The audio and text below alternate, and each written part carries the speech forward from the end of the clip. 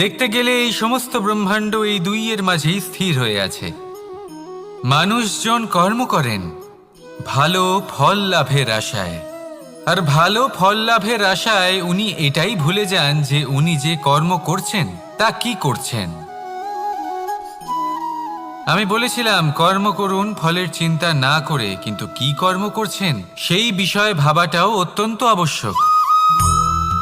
নয়তো অনেক সময় আমরা এমন কর্ম করে ফেলি যা না চাইতেও বিষে পরিণত হয়, যা হয়েছে দুঃশাসনের সাথে, দুর্যোধনের সাথে, গুরু দ্রোণের সাথে।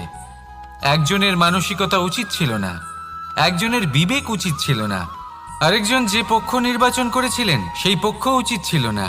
আর যা কিছু ওনাদের সাথে হলো, আপনার আমাদের সকলের সাথে তা হতে পারে। আমি বলেছিলাম কর্ম করুন, ফলের চিন্তা করবেন না, কিন্তু এই কর্মের বিষয়ে বিচার করে দেখাটাও ততটাই আবশ্যক। দেখুন, কর্ম করার উচিত প্রক্রিয়া ফলের চিন্তা না করা, কিন্তু যদি আপনার কর্ম শুভ হয় তাহলে তার ফলও নিয়তি আপনাকেই দেবে। সর্বদা কর্ম করার সময় এটা ভাবুন যে আপনার এই কর্ম এই সংসারকে, এই সমাজকে, আপনার পরিবারকে, আপনার আশেপাশের মানুষজনকে কোন দিশায় নিয়ে যাবে। যদি এটা সবার জন্য মঙ্গলময় হয় তাহলে কর্ম করতে থাকুন। আর হ্যাঁ, নিশ্চিত রূপে ফলের চিন্তা করবেন না। আসুন আমার সাথে ভালোবেসে বলুন রাধা রাধা। বটবৃক্ষের বীজ সর্ষের দানার থেকেও ছোট হয়, কিন্তু যখন তা নিজের রূপ ধারণ করে তখন তা বিশাল বৃক্ষের আকার ধারণ করে, যা সহস্র বছর ধরে বেঁচে থাকে, ছায়া প্রদান করে, পাখিদের আশ্রয় প্রদান করে, আর দেয় পথচারীদের বিশ্রাম করার স্থান। কেন? কারণ সেই ছোট বীজ তা মাটির ভেতরে গিয়ে নিজের খোলস ত্যাগ করে। অন্ধকারে থাকে সে, যতই আলো আসুক না কেন, যতই বর্ষা আসুক না কেন, সব সহ্য করে। আর তারপরে একটা চারা গাছ অঙ্কুরিত হয়, তারপর ধীর গতিতে একটা বিশাল বৃক্ষতে পরিণত হয়। দেখুন, জীবনে কঠিন সময় আসে, এই জন্য নয় যে আপনি হার মেনে নেবেন, এই জন্য আসে যাতে আপনি ভবিষ্যৎ নির্মাণের জন্য নিজেকে তৈরি করতে পারেন। যদি কঠিন সময়ে আপনি ওই বীজের মতো দৃঢ় হয়ে থাকতে পারেন, তাহলে আপনিও একদিন সেই বিশাল বৃক্ষের মতো নিজের অস্তিত্ব গড়ে তুলতে পারবেন, যা সহস্র বছর পর্যন্ত মনে রাখা হবে। আসুন আমার সাথে ভালোবেসে বলুন রাধা রাধা। এই ব্রহ্মাণ্ড কত বৃহৎ, তাই না? যার সম্মুখে এই পৃথিবীকেও একটা বিন্দুর মতো মনে হয়। আর এই পৃথিবীতে আমরা কে হই, আমাদের আকার কিরকম, আমাদের অস্তিত্বই বা কি? যখন আমরা এভাবে ভাবি তখন মনে হয় আমরা কিছুই নই। তা আমরা যখন কিছুই নই, তাহলে আমরা এত চিন্তা করি কেন? কি ভেবে ভয় পাই? কাকেই বা এত ভয় পাই? কে আমাদের মারতে পারে আর কেই বা আমাদের জন্ম দেবে? আত্মার আসলে না কখনো জন্ম হয় আর না কখনো মৃত্যু। আত্মা শুধুই শরীর বদল করে। আপনি, আমি, আমরা সকলে এই শরীর নয়, আমরা হলাম আত্মা, যা হলো পরম আত্মার পরম অঙ্গ। সেই জন্য মনে রাখবেন, বাইরের কোথাও দেখবেন না, নিজের অন্তরের গভীরে গিয়ে দেখুন, আত্মাকে উপলব্ধি করতে শিখুন। ক্লেশ, ভয়, চিন্তা, এই সব কিছুর থেকে নিজেকে দূরে রাখুন, তাহলেই উপলব্ধি করতে পারবেন পরমাত্মা কে।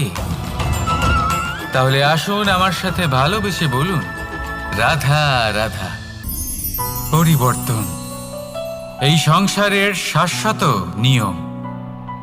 কোনো রাজা নেই যিনি চিরকাল রাজা থাকেন, কোনো ধনী ব্যক্তি নেই যিনি চিরকাল ধনী থাকবেন। এই সংসারে সূর্যের স্থান নেওয়ার জন্য চন্দ্রিমার আগমন ঘটে। কোন স্থান যাকে পতিত বলা হয়েছিল সেখানে মহল তৈরি হয়েছে, কোন স্থান যাকে আজ মলিন বলা হয়েছে কাল সেখানে মন্দিরও স্থাপন হতে পারে। কোনো ঋতু চিরকালের জন্য থাকে না, কখনো সময় চিরকাল একরকম থাকে না।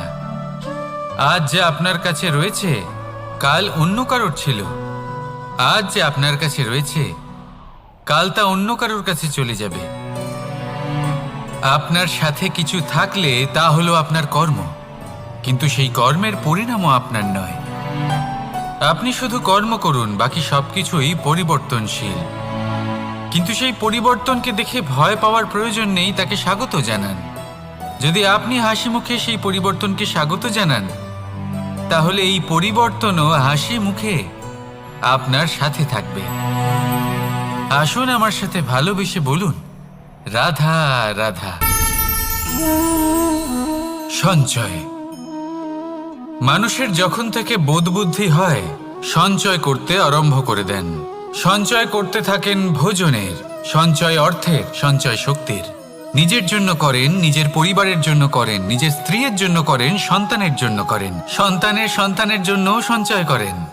সঞ্চয় করার জন্য ওনার কাছে অনেক কারণ রয়েছে, কারণ উনি এটা ভাবেন যে এই সঞ্চিত শক্তির জন্য কেউ ওনার কোনো ক্ষতি করতে পারবে না। মানুষ ভুলে যান একটা গুরুত্বপূর্ণ কথা, এই সত্য, উনি এই সংসারে খালি হাতেই এসেছিলেন, আর এখান থেকে ওনাকে খালি হাতেই যেতে হবে। যা এখানকার তা এখানেই থেকে যাবে। আর যদি কিছু ওনার সাথে যায় তা হলো ওনার কর্ম, আর কিচ্ছু নয়। তাই যদি কিছু অর্জন করতে চান, তাহলে শুভ কর্ম অর্জন করুন, আত্মশক্তি অর্জন করুন, কারণ পরলোকে এটাই হবে আপনার সম্পত্তি। তাহলে কি এটা আপনি অর্জন করতে চান না? আসুন আর আমার সাথে ভালোবেসে বলুন, রাধা রাধা। সদিচ্ছা। দেখতে গেলে 3 অক্ষরে তৈরি এই শব্দ, কিন্তু সমস্ত ত্রিলোক তার উপরেই আধারিত। আপনি এই সংসারে এসেছেন, তখন অবশ্যই শ্বাস নেবেন, কিন্তু তার বদলে আপনাকে কিছু তো দিতেই হবে। আপনার উপর নির্ভর করছে আপনি কি দেবেন। কি দেবেন এই সংসারকে, এই সমাজকে, নিজের পরিবারকে, আর তার বদলে কি নেবেন? যশ নাকি অপযশ? দেখুন, এক ছিল রাবণ, যে কিনা সমুদ্র পার করল সীতাকে অপহরণ করার জন্য, আর এক ছিলেন রামচন্দ্র, যিনি সমুদ্র পার করেছিলেন, সেতু বানিয়ে গিয়েছিলেন সীতাকে ফিরিয়ে নিয়ে আসার জন্য। দুজনেই সমুদ্র পার করেছিলেন, শুধু পার্থক্য ছিল সদিচ্ছাকে বোঝার, লক্ষ্যের। অনেক মানুষের যাত্রা একরকম হতেই পারে, কিন্তু আনন্দ তখনই লাভ করবেন যখন লক্ষ্য শুভ হবে, মহান হবে। এই লক্ষ্য দিয়ে এই সংসারের কল্যাণ হবে এবং মানুষের সম্মান হবে। যদি আপনার সংকল্প উচিত হয়, তাহলে আপনার লক্ষ্য উচিতই হবে, নয়তো শুধুমাত্র বিনাশ হবে। আর উচিত এটাই হবে যে বিনাশের হাত থেকে যেন নিজেকে বাঁচানো যায়, কি বলেন? তাই জীবনে যে লক্ষ্য স্থির করছেন, মনে রাখবেন তা যেন শুভ লক্ষ্য হয়। যদি এরকম হয়, তাহলে আপনার যাত্রা, আপনার জীবন দুটোই শুভময় হবে। আসুন আর আমার সাথে ভালোবেসে বলুন, রাধা রাধা। সুরক্ষা। এই সুরক্ষা আসলে কি? এটা কি কোনো কবচ, নাকি কোনো সীমা? এই সুরক্ষা আসলে অন্য কিছু। আমাদের মাতা পিতা, আমাদের প্রিয়জন, আমাদের বন্ধু, এই সমাজ, আমাদের শুভাকাঙ্ক্ষী, আমাদের আত্মীয়, এনারা সবাই আমাদের জীবনে কোনো না কোনোভাবে সুরক্ষা দিয়ে থাকেন, একটা কবচ দিয়ে থাকেন কোনো না কোনো রূপে। কিন্তু দেখতে গেলে আমাদের পরাক্রমের পথে, আমাদের বীরত্বের পথে, আমাদের সাহসের পথে এই সুরক্ষাই সবথেকে বড় বাধা হয়ে দাঁড়ায়। একবার ভেবে দেখুন, যদি আপনি কোনো সুরক্ষাই না পান, বা যদি আপনি এই সুরক্ষা ভেঙে বাইরে আসতে পারেন, তাহলে আপনার বীরত্ব চরম সীমায় পৌঁছে যায়। কেন? কারণ তখন আপনি জানেন যে এই সংসারের সম্মুখীন আমাদের নিজেদেরই হতে হবে। আপনি বুঝে যান যে শত্রুর সম্মুখীন এবার নিজের বলের দ্বারা, নিজের পরাক্রমের দ্বারা, নিজের সাহসের দ্বারা করতে হবে। আর তখন আমাদের মনের মধ্যে এই শক্তি জাগ্রত হয়। এই শক্তি অন্তরেই বসবাস করে, শুধু এটা চিনে নিতে হবে, একে জাগ্রত করতে হবে। আর এটা সুরক্ষা ভেঙে যাওয়ার পরেই সম্ভব হয়। আর যারা নিজের শক্তি সম্পর্কে জানেন, যিনি নিজেই জানেন তিনি কতটা শক্তিশালী, তিনি নিজেই নিজের সুরক্ষা কবচ চিরকালের মতো ভেঙে ফেলে দেন, ঠিক কর্ণের মতো। আর তারপরে দেখুন, আপনার পরাজয় হোক বা বিজয়ী হোক না কেন, সেটাই অনেক বড় হয়, সেটাই প্রশস্ত হয়ে থাকে। সেই জন্য ত্যাগ করুন নিজের ভয়কে, নিজের আশেপাশের এই সুরক্ষা চক্রকে ভেঙে ফেলুন আর সম্মুখীন হন এই সংসারের নিজের শত্রুর সম্মুখীন হন। পরাক্রমের এই অঙ্কুর, তা অঙ্কুরিত হওয়ার জন্য বীজের উপরের এই কবচ, এটা ভেঙে যাওয়া অতি আবশ্যক। আসুন আমার সাথে ভালোবেসে বলুন, রাধা রাধা। যখন আমরা হাঁটতে থাকি আর আমাদের পায়ে কাঁটা বিঁধে যায়, তখন মুখ দিয়ে আহ বেরিয়ে আসে, কান্না চলে আসে, আর অনেক সময় অভিশাপও বেরিয়ে আসে। কিন্তু আমরা কি কখনো এটা এইভাবে দেখেছি, এইভাবে ভেবেছি যে আমরা যে পথে চলেছি সেই পথে কাঁটা বিঁধেছে, নাকি আমরা সেই পথ নির্বাচন করেছি যাতে শুধুই কাঁটা রয়েছে? নাকি আমরা এভাবে ভেবে দেখেছি যে এই কাঁটা আমাদের কষ্ট দিতে এসেছে, নাকি এটা আমরাই বিছিয়ে রেখেছিলাম? সাবধান থাকা উচিত ছিল, কারণ কাঁটা বিঁধলে যন্ত্রণা হবে, চিৎকার করে ফেলতে পারি, মুখ থেকে অভিশাপও বেরিয়ে আসতে পারে। কিন্তু এই অভিশাপ শুধুমাত্র আমাদের তরফ থেকে অভিশাপ হয়, সামনের ব্যক্তিটির ওপরও নির্ভর করে। এবার সেই ব্যক্তি যদি এমন হয় যে ফুল আর কাঁটা এই দুই সমানভাবে গ্রহণ করতে পারে, তার কাছে অভিশাপও বরদানে পরিণত হয়। শেষ পর্যন্ত ব্যাপারটা দাঁড়ায় ভাবনা, চিন্তা, দৃষ্টিভঙ্গির ওপর। কারণ আপনার এই ভাবনাই সত্যি হয়ে সামনে আসে। সেই জন্য এই ভাবনা, চিন্তা, মানসিকতাকে গুরুত্ব সহকারে দেখবেন। এই বিবেচনা নিয়ে বিবেচনা করতে শিখুন। আমার কথার অর্থ হলো যে জীবনে যখন এরকম কিছু একটা ঘটবে, তখন ভেবে দেখুন যে এরকম কেন হলো। আপনি কি এমন কোনো কর্ম করেছিলেন যার কর্মফল এটা? এমন কোনো কাজ যা অনুচিত ছিল, অসত্য ছিল, যা অভদ্রতার কারণ ছিল? ভেবে দেখা প্রয়োজন। দেখুন, ইচ্ছে হলো আপনার যে আপনি কি করতে চান, ভাবনা আপনার, সত্য আপনার, জীবন আপনার, সিদ্ধান্ত আপনার। আসুন আর আমার সাথে ভালোবেসে বলুন, রাধা রাধা। সময়, এই সময় আসলে কি? এই সময় একটা সরল রেখা তো কখনোই নয়। সময় হলো একটা চক্র, যেখানে এর আদি সেখানেই হলো এর অন্ত, আর যেখানে তা শেষ হয় সেখান থেকেই তার শুরু হয়। এই সময় একটা অত্যন্ত বিচিত্র চিন্তা, বিচিত্র ভাবনা, একটা বিচিত্র বস্তু যা কেউ বুঝতে পারেন না। এই সময়ের লীলা, এর কোনো প্রমাণ নেই, কোনো জ্ঞান নেই, কোনো পরিমাপ নেই। শুধু এটুকু আমরা জানতে পারি, যেখানে শেষ হবে সেখান থেকে একটা নতুন সূচনাও হবে। যা আজ আপনার কাছে আছে, কাল অন্য কারোর কাছে যাবে, তারপরে তার কাছ থেকেও অন্য কারোর কাছে যাবে, তারপরে তার থেকেও ছিনিয়ে নেওয়া হবে।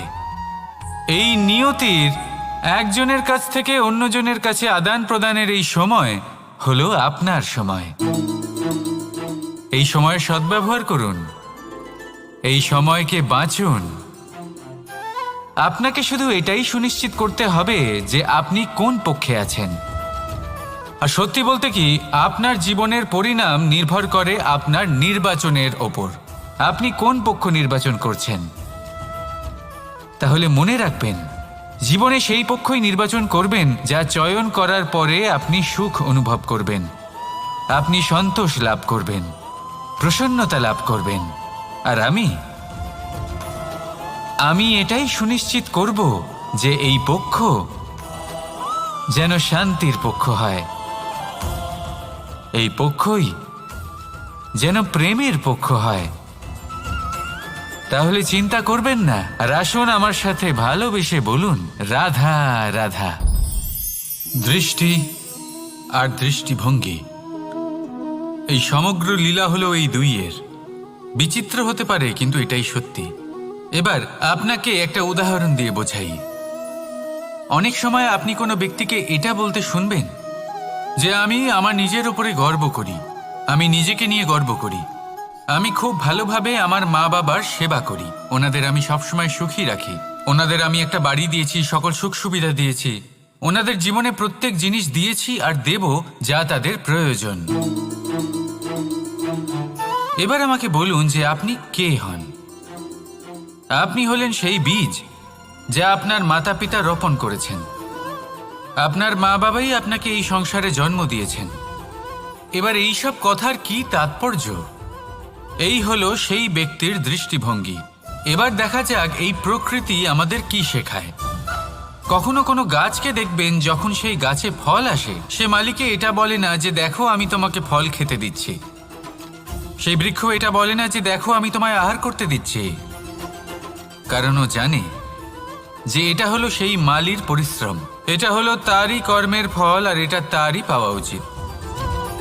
সে বলে যে তোমার জিনিস তোমাকেই অর্পণ করলাম, এ আমার জিনিস নয়। ও জানে সেই মালির গুরুত্ব আসলে কি। এটা হলো তার দৃষ্টিভঙ্গি। সেই জন্য আপনি জীবনে কোন ব্যক্তির মধ্যে, কোন পশু পাখির মধ্যে, কোন প্রাণীর মধ্যে, কোন পরিস্থিতিতে, কোন আবেগের মুহূর্তে কি দেখতে পাচ্ছেন, সেটা আপনার দৃষ্টিভঙ্গির উপরে নির্ভর করছে। তাই নিজের মনে ধন্যাত্মক ভাব জাগ্রত করুন, শুভ চিন্তা নিয়ে আসুন। এই ভাবনাই সত্য হয়ে সামনে আসবে। এই দৃষ্টিভঙ্গি এমন হয়ে যাবে যে আপনার জীবনে সবকিছুই শুভ হবে। তাহলে আসুন আর আমার সাথে ভালোবেসে বলুন, রাধা রাধা। প্রতিশোধ অথবা কাউকে দুঃখ দেওয়ার ভাবনা, যদি এটা আপনার মনে থাকে, তাহলে আপনি নিজের মনেই যন্ত্রণার একটা বিশাল বৃক্ষ রোপণ করছেন, এটা মনে রাখবেন। কারণ কাউকে দুঃখ দেবার এই ভাবনা, এটা হলো সেই বীজ যা আপনার মনেই পতিত হবে, আপনার মনেই অঙ্কুরিত হবে, আর আপনার মনেই একটা বিশাল বৃক্ষরূপে বেড়ে উঠবে। জীবন আপনার, কর্ম আপনার, কাউকে দুঃখ দেবার ভাবনা আপনার ছিল, এই বৃক্ষ হলো আপনার, তাই এর ফলও আপনিই পাবেন, যা গ্রহণও আপনাকেই করতে হবে। মনে রাখবেন, যে মানুষ এটা ভাবে যে আমি ওকে দুঃখ দেব, ওকে কষ্ট দিতে চাই আমি, সেই মানুষই দুঃখ আর কষ্ট পেয়ে থাকে। যদি সেই জায়গায় আপনি এটা ভাবেন যে আমি কাউকে সুখী করে তুলতে চাই, কাউকে সুখ প্রদান করতে চাই, তাহলে তারও বীজ আপনার মনেই রোপণ হবে, বৃক্ষে পরিণত হবে, যার ফলও আপনিই পাবেন। এখানে বিষয়টা হলো শুধু মানসিকতার চিন্তা, যা সত্য হয়ে আপনার সামনে আসে। তাহলে এই মানসিকতা শুভ করুন, সবার জন্য মঙ্গল কামনা করুন। অন্যের মনে আপনার জন্য ভালো চিন্তা থাকুক বা না থাকুক, আপনি সবার জন্য শুভ চিন্তা করে কর্ম করতে থাকুন, তাহলে আপনার সাথেও ভালোই হবে। তাহলে আসুন আর আমার সাথে ভালোবেসে বলুন, রাধা রাধা। সুখ আর অভিজ্ঞতা, এই দুই জীবনে একসাথে কখনোই আসে না।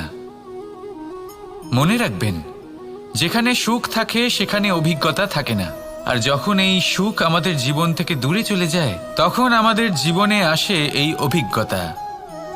পরমাত্মা, প্রকৃতি, নিয়তি এই অভিজ্ঞতাকে আমাদের জীবনে পাঠান, যাতে আমরা একটা অত্যন্ত গুরুত্বপূর্ণ শিক্ষা, একটা জ্ঞান প্রাপ্ত করতে পারি। এই অভিজ্ঞতা আমাদের শেখায় যে অতীতে এমন কি হয়েছিল যা আমাদের করা উচিত হয়নি। আমাদের শেখায় ভবিষ্যতে এমন কি আছে যা আমাদের করা উচিত আর কি করা উচিত নয়। দেখতে গেলে এই অভিজ্ঞতা আমাদের সেই শিক্ষা দেয় যার জন্য আমরা সুখের দিকে উচিতভাবে অগ্রসর হতে পারি। সেই জন্য জীবনে যখনই দুঃখ আসবে, দুঃখের এই সময় আসবে, তখন হতাশ হবেন না। বোঝার চেষ্টা করুন এই পরিস্থিতি কেন এসেছে, কি শিক্ষা দিতে এসেছে। যদি আপনি সেই জ্ঞান লাভ করেন, সুখের পথে অগ্রসর হন, তাও উচিত রূপে, তাহলে এই অভিজ্ঞতার উদ্দেশ্য পূরণ হয়ে যায়। তাহলে আসুন আর আমার সাথে ভালোবেসে বলুন, রাধা রাধা। জীবনে শিখরে পৌঁছানোর জন্য মানুষের কি প্রয়োজন হয়ে থাকে? সিঁড়ির। কিন্তু তাও প্রত্যেক মানুষ, প্রত্যেক ব্যক্তি শিখরে পৌঁছতে পারেন না। এর কারণ কি? কারণ একটা হতে পারে যে মানুষ কল্পনা করতে থাকেন কিন্তু সিঁড়ি খুঁজে পান না। কিছু মানুষ খুঁজে নেন কিন্তু তা পেয়ে এতটাই প্রসন্ন হয়ে যান যে তারপর আর কোনো কর্মই করেন না। খুব সোজা ব্যাপার। অনেক মানুষ সিঁড়ি খুঁজে পান না, আর যদি পেয়েও যান তাও যতক্ষণ না তাতে চড়ছেন সেই শিখরে পৌঁছবেন কি করে। যতক্ষণ না আপনি পরিশ্রম করছেন, যতক্ষণ না সেই সিঁড়িতে আপনি চড়ছেন, যতক্ষণ না ক্লান্ত হচ্ছেন, আপনার পায়ে হাঁটুতে ব্যথা না হচ্ছে, ততক্ষণ এই শিখরে পৌঁছানোর সৌভাগ্য লাভ করতে পারবেন না। তাহলে কল্পনার সাথে কর্ম করুন, পরিকল্পনার সাথে পরিশ্রম করুন, সব কিছু পাবেন। আসুন আমার সাথে ভালোবেসে বলুন, রাধা রাধা। সমস্যা, কঠিন সময়, সংকট, বিপদ কার জীবনে নেই? প্রত্যেকের জীবনে আছে। কিন্তু আমাকে একটা কথা বলুন, যদি নৌকায় ঢেউকে ভয় পেতে শুরু করে, তাহলে সাগর পার করবে কে? কখনো কোনো ছোট্ট পিঁপড়েকে দেখেছেন, যে আকারে হয়তো ছোট হতে পারে কিন্তু বড় শিক্ষা দিয়ে যায়? কিন্তু আমরা শিখি না। এবার দেখুন একটা পিঁপড়েকে, যে ভোজনের খোঁজে বাইরে বের হয়, একটা ছোট্ট দানা তুলে নেয়। ছোট দানা তোলে কারণ তার থেকে বেশি সে তুলতেই পারবে না। সে দানা নিয়ে চলতে শুরু করে, কোনো দেওয়ালে উঠে পড়ে, আবার পড়েও যায়। সেই দানা দূরে কোথাও একটা পড়ে যায়, তা আবার খোঁজে, তুলে নেয়, আবার চলতে থাকে। পড়ে যায়, আবার ওঠে, পড়ে যায়, আবার ওঠে। সেই দানাটা রেখে দেয়, আবার বেরিয়ে পড়ে ভোজনের খোঁজে। পরিশ্রম করতে থাকে কিন্তু হার মানে না। এই শিক্ষাই তো আমাদের প্রাপ্ত করতে হবে। নিরন্তর পরিশ্রম আর নির্ভীক হয়ে কর্ম করে যেতে হবে। এটাই হলো সাফল্যের মাধ্যম, এটাই হলো জয়ের মন্ত্র, অচ্যুত অজয় অস্ত্র। তাহলে আসুন আর আমার সাথে ভালোবেসে বলুন, রাধা রাধা। আমরা সকলে চাই আমাদের জীবনে সাফল্য আসুক। আমরা চাই যে এই সংসারে আমাদের খ্যাতি ছড়িয়ে পড়ুক। আমরা চাই যেন আমরা আলোচিত হই। কিন্তু শুধু চাইলেই কি যায় আসে? যদি এই সংসারে আলোচিত হতে হয়, তাহলে পরিচিত হতে হবে পরিশ্রমের দ্বারা। যতক্ষণ না আপনারা পরিশ্রমের সাথে পরিচিত হবেন, সাফল্যের সাথে পরিচিত হবেন না। সংঘর্ষ করতে হবে প্রতিদিন, প্রতি বছর। জীবনের সব পরিস্থিতিতেই হয়তো নতুন নতুন বাধা আসবে, নতুন নতুন বিঘ্ন ঘটবে। কিন্তু এটা আবশ্যক নয় যে সমস্ত বিঘ্ন বিনাশের জন্য আসবে। কিছু বিঘ্ন আপনার পথ প্রশস্ত করার জন্য আসবে, আপনার পথ পরিষ্কার করার জন্য আসবে। যদি আপনাকে উদাহরণ দিই, যখন বন্যা আসে, বাড়ি ঘর ভেসে যায়, তখন আমরা হতাশ হয়ে পড়ি, আমরা দুঃখী হয়ে পড়ি। কিন্তু সেই বন্যাই আমাদের সেই ধরিত্রীকে এত উর্বর করে তোলে যে সেই উর্বর অংশ কাজে লাগিয়ে আমরা সেরকম আরও 10টা বাড়ি বানাতে পারি। তাহলে ধন্যাত্মক থাকুন আর যে কোনো সংঘর্ষের জন্য প্রস্তুত থাকুন। জীবনে অনেক দূর যেতে পারবেন। তাহলে আসুন আমার সাথে ভালোবেসে বলুন, রাধা রাধা। জীবনে কখনো কখনো আমরা সেই পরিস্থিতিতে ফেসে যাই যখন আমাদের মনে হয় যে আমাদের নতুন কিছু একটা করতে হবে, কিন্তু আমরা করতে পারি না। কারণ কোথাও না কোথাও আমরা রীতির দ্বারা আবদ্ধ, আর আমরা সেই রীতি ভাঙতে চাই না। কেবল একটাই প্রশ্ন আসে মনে, আশেপাশের মানুষ কি বলবে, আশেপাশের মানুষ কি ভাববে। আপনাকে একটা প্রশ্ন করি, কারা এই মানুষজন?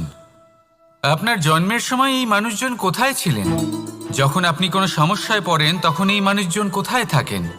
এগিয়ে এসে কি আপনাকে সাহায্য করেন, নাকি সেই সমস্যার সমাধান আপনি নিজেই করেন? এইসব মানুষজনের চিন্তা ত্যাগ করুন যদি আপনি জীবনে বাঁচতে চান। ভেবে দেখুন জীবনে কি কি শুভ আছে আর কি কি শুভ করতে পারেন। যদি তা স্রোতের বিপরীতে হয়, তাহলে সংঘর্ষ করুন, কিন্তু এইসব মানুষজনের কথা ভাববেন না। ভেবে দেখুন জীবনে আপনি কি কি শুভ কাজ করতে পারেন। এটা ভাবুন যে আপনি কখনো এমন কোনো কাজ করে ফেলেননি তো যার জন্য কারো হৃদয় আহত হয়েছে। শুভর দিকে নিজের চিন্তা কেন্দ্রীভূত করুন, আপনার জীবনে সব কিছু শুভই হবে। তাহলে আসুন আমার সাথে ভালোবেসে বলুন, রাধা রাধা। আজকাল আপনি দেখে থাকবেন যে মা বাবা শুধুমাত্র সন্তানকে ভালোবাসেন তা নয়, তাদের মোহেও জড়িয়ে পড়েন। বিদ্যালয়ে যখন পাঠান তখন সমস্ত সুযোগ সুবিধা দিয়েই পাঠান। চেষ্টা করেন যে সবসময় যেন সন্তান তাদের চোখের সামনেই থাকে। কিন্তু ভুলে যান এক অত্যন্ত গুরুত্বপূর্ণ কথা, যে সন্তানকে এক নতুন দৃষ্টিভঙ্গি দেওয়াই হলো ওনাদের কর্তব্য। সেই জন্য পুরাতন কালে শিষ্যদের গুরুকুলে পাঠানো হতো, বাড়ির থেকে দূরে। কারণ বাড়ি ছেড়ে যাওয়া এক সন্তানের জন্য, এক শিষ্যের জন্য অত্যন্ত শুভ লক্ষণ হয়। যখন সে বাড়ির থেকে দূরে, গৃহস্থের থেকে দূরে থাকবে, তখন এই সংসারকে সে এক নতুন দৃষ্টিভঙ্গি দিয়ে দেখবে, পরখ করবে, বুঝতে পারবে, আর সবকিছু নিজে থেকেই শিখে যাবে কখন আক্রমণ করতে হয়, কখন পিছু হটতে হয়, কিভাবে এই সংসারের সম্মুখীন হতে হয়। আর এটা আপনার দৃষ্টি ওকে শেখাতে পারবে না, ওর অভিজ্ঞতা ওকে শেখাতে পারবে। তাই মনে রাখবেন, যদি আপনি চান যে আপনার সন্তানের বিকাশ হোক, তাহলে অনেক সময় ওকে নিজের থেকে দূরে নিয়ে যেতে হয়। যদি মোহে আবদ্ধ থাকেন, তাহলে ওর বিকাশ কখনোই হবে না। তাহলে আসুন আমার সাথে ভালোবেসে বলুন, রাধা রাধা। কখনো কখনো মানুষ মনে করেন যে সে নিজেই সব থেকে বেশি শক্তিশালী, তিনি হলেন জ্ঞানী। দেখুন, এটা ভালো ব্যাপার যে আপনার মধ্যে শক্তি আছে, জ্ঞান আছে, আর এটা শুধু আপনার জন্য নয়, এই সমস্ত সমাজের জন্য, দেশের জন্য, সমগ্র পৃথিবীর জন্য অত্যন্ত আবশ্যক। কিন্তু এই কথাটাও বোঝা অত্যন্ত আবশ্যক যে এই জ্ঞান যেন কখনো অহংকার না হয়ে ওঠে। যখন মানুষের মধ্যে জ্ঞান থাকে, তখন সে রাম হয়ে ওঠে। রাম, যিনি সমুদ্রের বুকে সেতু বানিয়েছিলেন, বানর সেনার দ্বারা রাক্ষস রাজকে পরাজিত করেছিলেন, আর চিরকালের জন্য সবার কাছে আদর্শ হয়ে উঠেছিলেন। আর যদি মানুষের মনে অহংকার জন্মায়, তাহলে সে রাবণ হয়ে ওঠে। দেশে বিদেশে যতই খ্যাতি থাকুক না কেন, সে রাক্ষস হয়ে ওঠে, নিজের সাথে সাথে সমস্ত কুলের বিনাশ করে বসে।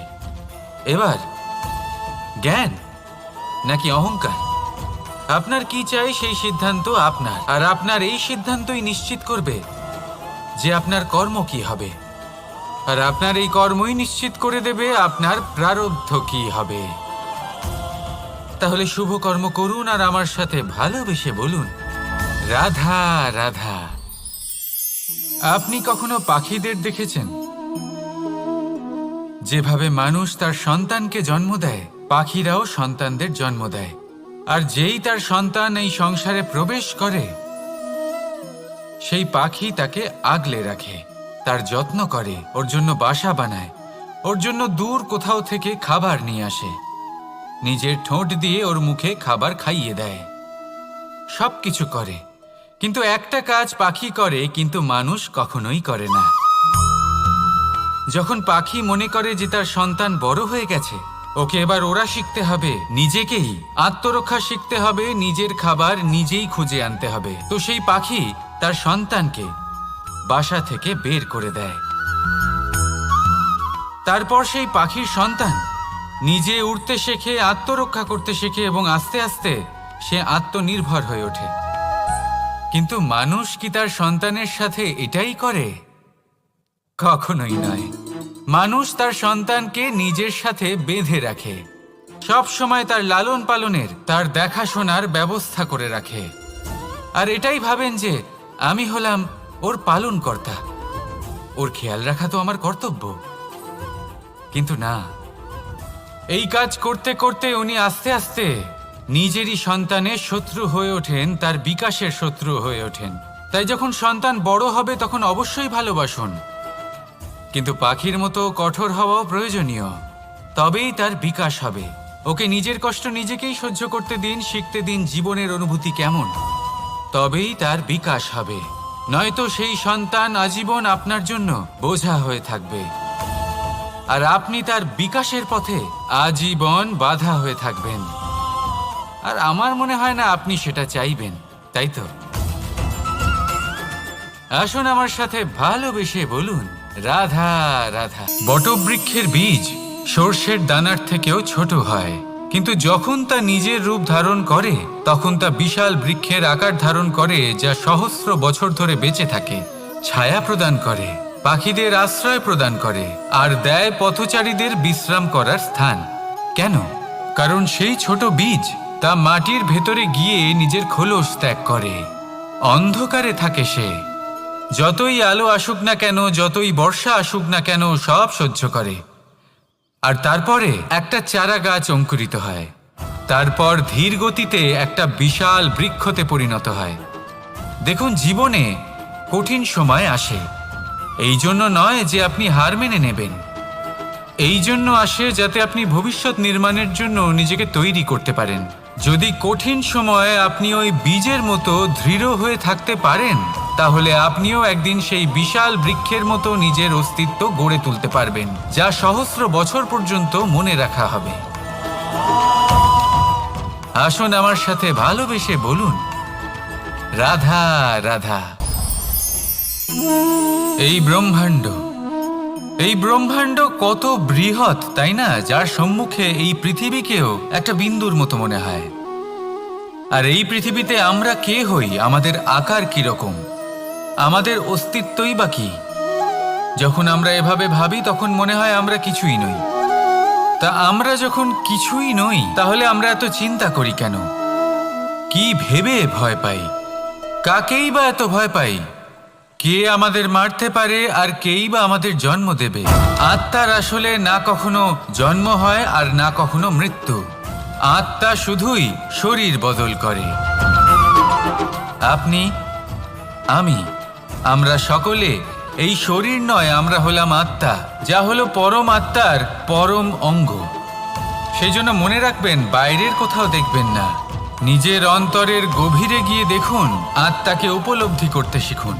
ক্লেশ, ভয়, চিন্তা, এই সব কিছুর থেকে নিজেকে দূরে রাখুন, তাহলেই উপলব্ধি করতে পারবেন পরমাত্মাকে। তাহলে আসুন আমার সাথে ভালোবেসে বলুন, রাধা রাধা। পরিবর্তন এই সংসারের শাশ্বত নিয়ম। কোনো রাজা নেই যিনি চিরকাল রাজা থাকেন, কোনো ধনী ব্যক্তি নেই যিনি চিরকাল ধনী থাকবেন। এই সংসারে সূর্যের স্থান নেওয়ার জন্য চন্দ্রিমার আগমন ঘটে। কোনো স্থান যাকে পতিত বলা হয়েছিল, সেখানে মহল তৈরি হয়েছে। কোনো স্থান যাকে আজ মলিন বলা হয়েছে, কাল সেখানে মন্দিরও স্থাপন হতে পারে। কোনো ঋতু চিরকালের জন্য থাকে না, কখনো সময় চিরকাল একরকম থাকে না। আজ যে আপনার কাছে রয়েছে, কাল অন্য কারোর ছিল। আজ যে আপনার কাছে রয়েছে, কাল তা অন্য কারোর কাছে চলে যাবে। আপনার সাথে কিছু থাকলে তা হলো আপনার কর্ম, কিন্তু সেই কর্মের পরিণামও আপনার নয়। আপনি শুধু কর্ম করুন, বাকি সবকিছুই পরিবর্তনশীল। কিন্তু সেই পরিবর্তনকে দেখে ভয় পাওয়ার প্রয়োজন নেই, তাকে স্বাগত জানান। যদি আপনি হাসি মুখে সেই পরিবর্তনকে স্বাগত জানান, তাহলে এই পরিবর্তনও হাসি মুখে আপনার সাথে থাকবে। আসুন আমার সাথে ভালোবেসে বলুন, রাধা রাধা।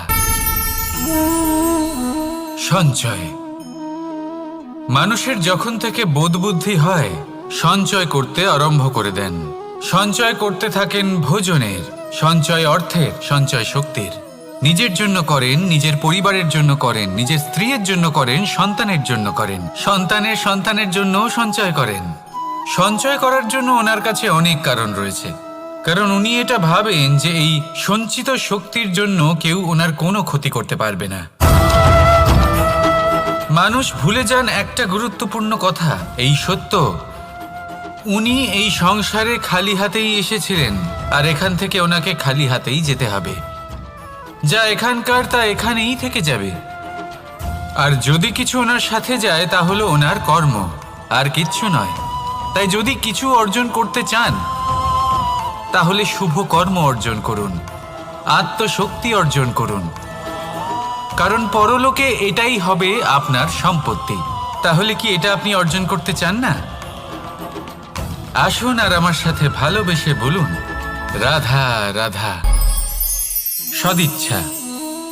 দেখতে গেলে 3 অক্ষরে তৈরি এই শব্দ, কিন্তু সমস্ত ত্রিলোক তার উপরেই আধারিত।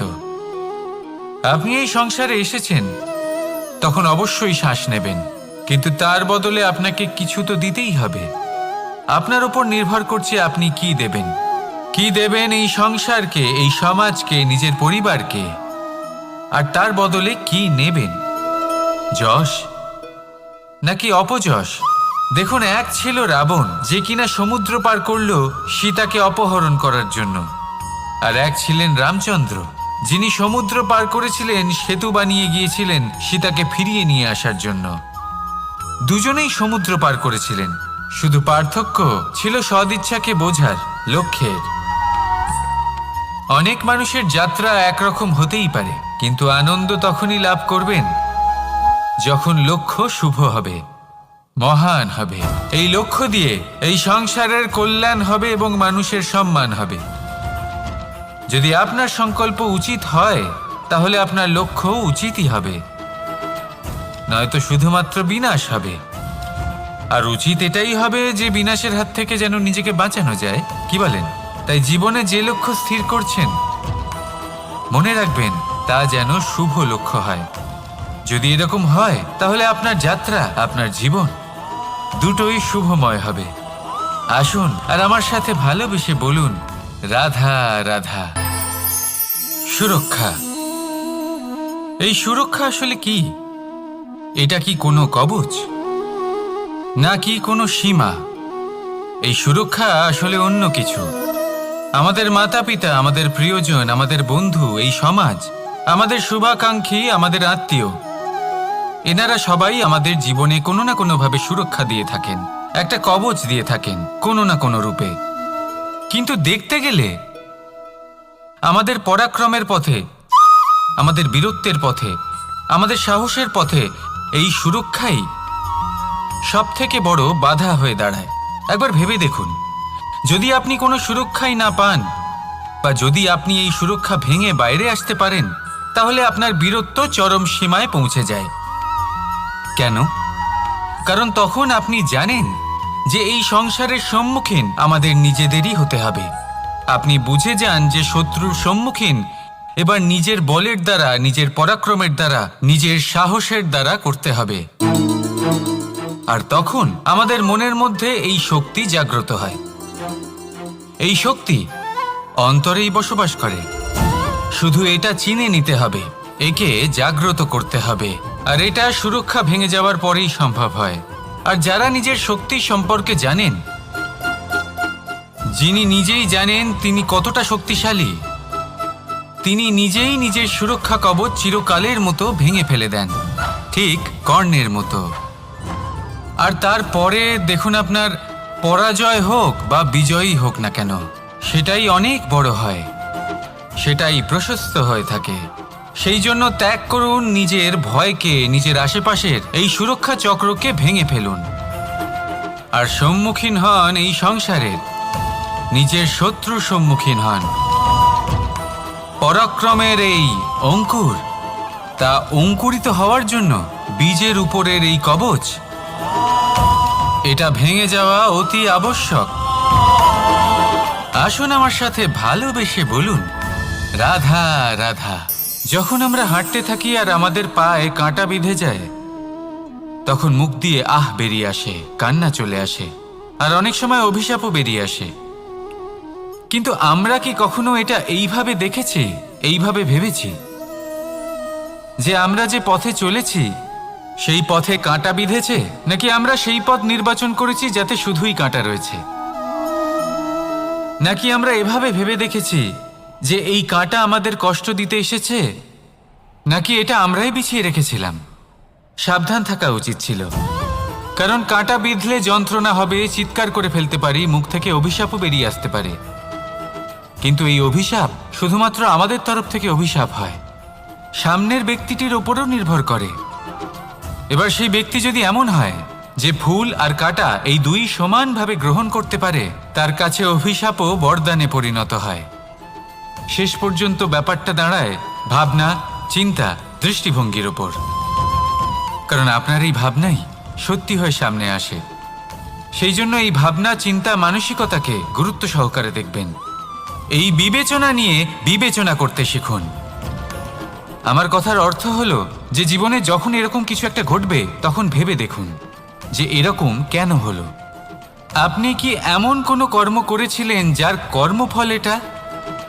এমন কোনো কাজ যা অনুচিত ছিল, অসত্য ছিল, যা অভদ্রতার কারণ ছিল? ভেবে দেখা প্রয়োজন। দেখুন, ইচ্ছে হলো আপনার যে আপনি কি করতে চান, ভাবনা আপনার, সত্য আপনার, জীবন আপনার, সিদ্ধান্ত আপনার। আসুন আর আমার সাথে